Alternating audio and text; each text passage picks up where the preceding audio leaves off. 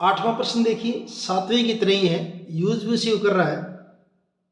यदि प्रश्न 7 के त्रिभुज ABC को यदि भुजा 5 सेंटीमीटर के परित घुमाया जाए, उसमें 12 के परित घुमाया था, इसमें किसके 5 के परित घुमाया जाए, तो इस प्रकार प्राप्त ठोस का आयतन ज्ञात कीजिए। प्रश्न 7 और प्रश्न 8 में प्राप्त किए गए दोनों ठोसों के आयतनों का अनुपात भी ज्ञात कीजिए। तो अब की बार किसके परित घुमाना, 5 वाले के। तो सेम उसी तरह से करेंगे जैसे इसको आप ऐसे, ये त्रिभुज कैसे खड़ा करके ऐसे घुमाएंगे आप, उसी तरह से सेम ऐसे घुमाएंगे इसको, ऐसे करके ऐसे ऐसे घुमाएंगे तो ये भी क्या बनाएगा, एक शंकु बनेगा। इसको ऐसे घुमाएंगे, ये 5 वाली भुजाई है वाली, 5 वाले के ऐसे पकड़ के ऐसे घुमाएंगे चारों तरफ, इसको ऐसे घुमाएंगे तो ये भी क्या बनेगा आपका, एक शंकु बनेगा।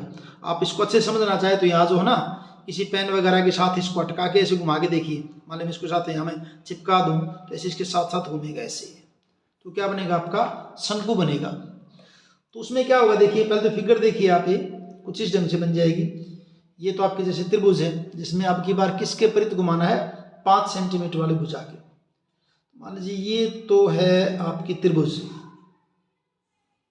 ऐसे, ये भुजा कितनी है 12 सेंटीमीटर, और 5 वाली के परित घुमाना यहाँ 12, और ये आपकी तीसरी क्या हो जाएगी 13 सेंटीमीटर। तो इसको घुमाएंगे तो कुछ ऐसे बनेगा शंकु आपका, ये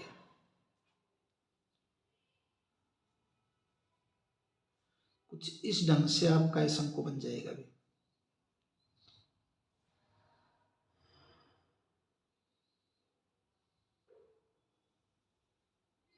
ऐसे बन जाएगा शंकु, ये इसकी ऊंचाई बन जाएगी जिसके परित घुमाया था, कितना 5 सेंटीमीटर। ये इसकी त्रिज्या हो जाएगी यहाँ से यहाँ तक कितनी 12 सेंटीमीटर, और इतने की ऊंचाई तो 13 सेंटीमीटर है ही। ऐसे बन जाएगी फिगर ये। तो इसमें भी सेम उसी तरह से लिखेंगे, त्रिभुज की 5 सेंटीमीटर भुजा, त्रिभुज की 5 सेंटीमीटर भुजा के परित घुमाने पर, इसके परित घुमाने पर आपको क्या होगा, एक ठोस शंकु प्राप्त होगा, एक ठोस शंकु प्राप्त होगा जिसकी त्रिज्या आर क्या बनेगी, त्रिज्या बनेगी उसकी 12 सेंटीमीटर, और ऊंचाई h वो आपकी बनेगी 5 सेंटीमीटर। और अब फिर क्या करेंगे, इस ठोस का आयतन, ठोस का आयतन,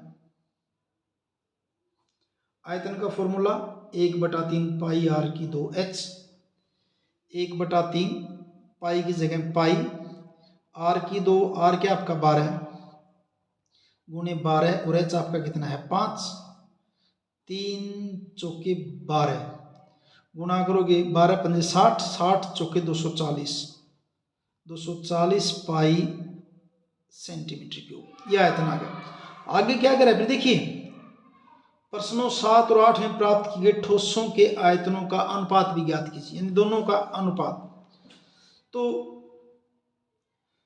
पहला जो ठोस बना था पहला लिख देता हूँ, पहला दूसरा कर देता हूँ, चाहिए यदि प्रश्न 7 के ठोस का आयतन बटा प्रश्न 8 के ठोस का आयतन, मैं लिख देता हूँ पहले ठोस का आयतन